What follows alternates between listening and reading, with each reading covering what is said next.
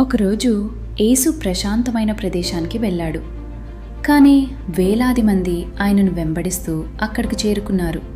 ఎందుకంటే ఆయన మాటల్లో జీవం ఉంది, ఆశ ఉంది. యేసు వారిని చూసి కనికరించాడు. అనారోగ్యంతో ఉన్నవారిని స్వస్థపరిచాడు. దేవుని రాజ్యం గురించి ప్రేమతో బోధించాడు. సాయంత్రమైంది. జనం ఆకలితో అలమటిస్తున్నారు.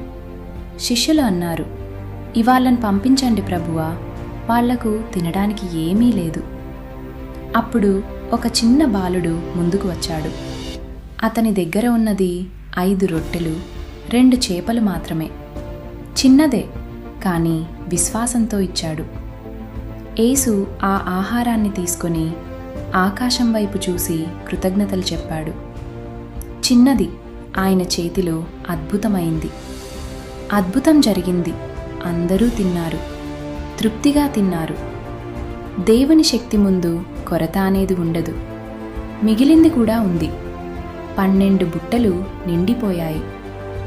దేవుడిస్తే సమృద్ధిగా ఇస్తాడు.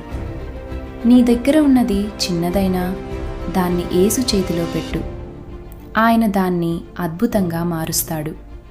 నీ జీవితాన్నే మార్చేస్తాడు.